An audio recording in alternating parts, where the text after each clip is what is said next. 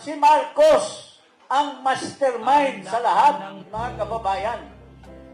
Since 2023, kung hindi siya bobo at hindi siya stupido, paano nakalusot yung flood control projects, flood control funds in 2023? Sinasabi na ni Tiangco, 2.5 billion lamang or ilan lang ang bilyon. Pero umakyat. Hindi ba napapansin ni Marcos yan, pare?